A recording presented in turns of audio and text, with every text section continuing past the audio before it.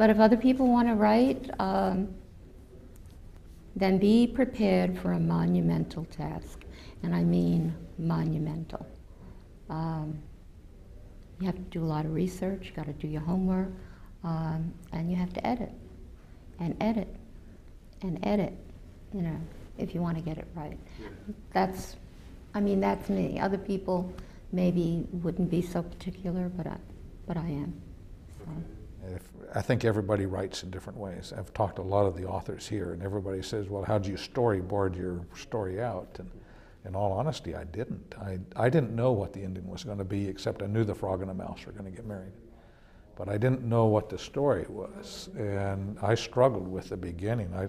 It probably took me 3 months before I got to what I thought was an acceptable first page. You know, I'd start and I might even get 10 pages and say, no, this isn't what I need it to be.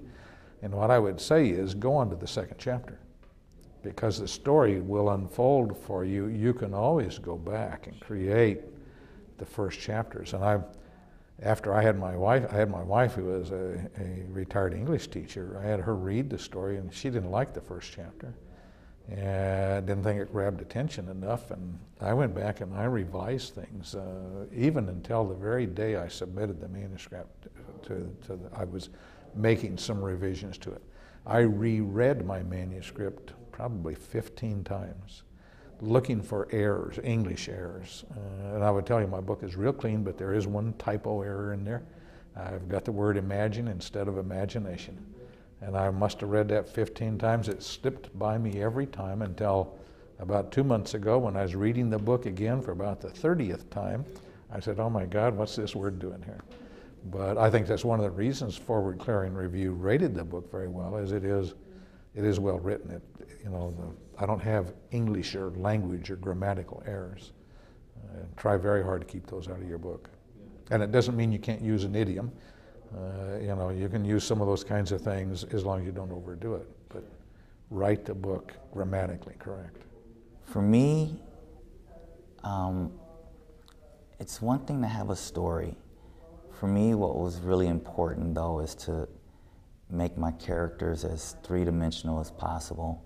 And a lot of times, no matter how much we think that they're not, those characters are coming from somewhere within us. Even though we've come up with some off-the-wall story, it's a part of us. And so for me, personally, I kept a journal. I wrote a journal.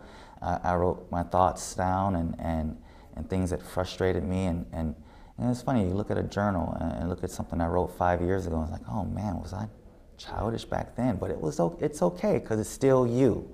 It's just an unrefined version of you. But you say things and you do things that you don't think now, and to be able to look back at it, it's like, man, I wouldn't have thought of that right now if I would have tried to think of that. So it's kind of nice to get a history of yourself and be able to, have that transfer of yourself. And for me, I used to wait tables. That was another thing. We had all these different servers who interact with each other in different ways. You and I might have a certain thing in common, have a certain dynamic, whereas you and the other person may have a different dynamic, but then that person and me would have an even different dynamic. So it's great doing that, to be able to, I think everybody in the world needs to wait tables, to be honest with you, because then we know how to treat people a little bit better. I think, first of all, you've got to know your subject. You can't go rocketing off and writing things without doing research. And by doing research, you're going to find out a lot of stuff yourself. And not only that, you'll have more respect for other authors and whatever. So that's the most important thing in my mind. And stick at it. Don't give up. Don't go off for 2 or 3 weeks and then come back. And always save stuff on a computer. I've mentioned that to several people, and they've always said, I want to write a book also. I intend to write a book too. And they never start. And my recommendation is, if you take a paper and a pencil and you write one line or a half a page every day or every 2 weeks, at least you start. So by the time you tell me this 6 months from now, you would have gotten half of your book down on paper. It's just making the start, just committing yourself to it. Well, I would say follow your mind, follow your heart. Don't let no one stop you, because I stopped writing this book maybe 5 or 6. This book was 10 years. It's a 10-year-old book, over 10 years. But I stopped and started because me being a Christian, I thought people would not accept it. But you have no limits on as a writer. You are free to write what you want. So don't let no one place any limitation on you. My genre is more inspirational, dramatic, because there's so much drama involved in my whole life story. For other authors that are writing about the same thing, just be true to yourself. Don't try to kind of add spice to it that doesn't exist. Don't make up things. If you're writing about a memoir, try to be real about it. But if you're writing fiction, hey, knock yourself out. You know, the world, sky's the limit. Go with what you know. I mean, basically, I based this on previous ideas that I had. It wasn't something that I pulled out of the area.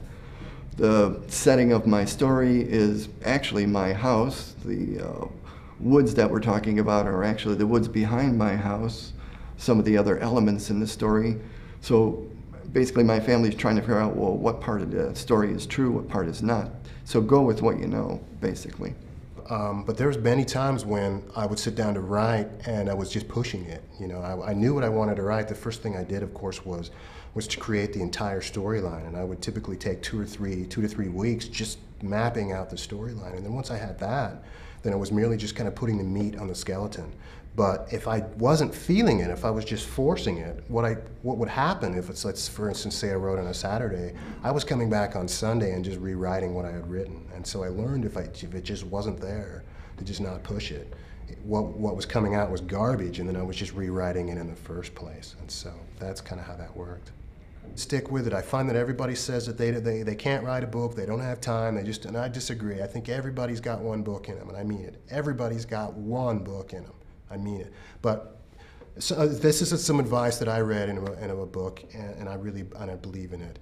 If you can write just 1 hour a day, your book gets written. You know, if you skip a day, fine, do a couple extra hours on the weekend. But if you do 1 hour a day, which isn't much, you know, in 6 months, hey, you're in chapter 15. 1 hour a day gets that book written. When people say, oh, I can't write a book, yeah, they can.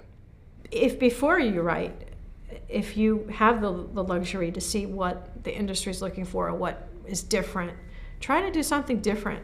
Even if it's your own story. Mine wasn't, everything in the book is true. It's completely nonfiction. I have evidence to back everything up. But if your nonfiction or your memoir is not that exciting, put a twist, and you don't have to stick with a nonfiction genre. You know, you have to have something that's totally outlandish to sell, if that's your goal. Well, the first is not to be afraid to pick up the pen and just start to write, whether you have a degree or whether you've done historical research.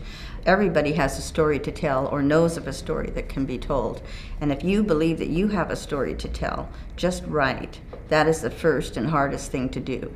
It's easy to let anything else crowd that in, even thinking about what you want your book to become or how you want to market it. Just write and begin to set aside a daily habit of writing so that you have that part down so you actually have something to sell. They have to be focused. And one thing that going through this process today, I noticed that some people have written books, some authors have written books that have so many different areas, they're not really focused, that you really need to pick one area. You can write a book on each area if you want, but pick one area at a time and focus on it. It's like writing a dissertation for your PhD. You really need to just focus in one area and explore that area completely. Take something that's real and create or weave your fantasy around that. Just to sit down and write everything they can think of, everything that comes to mind.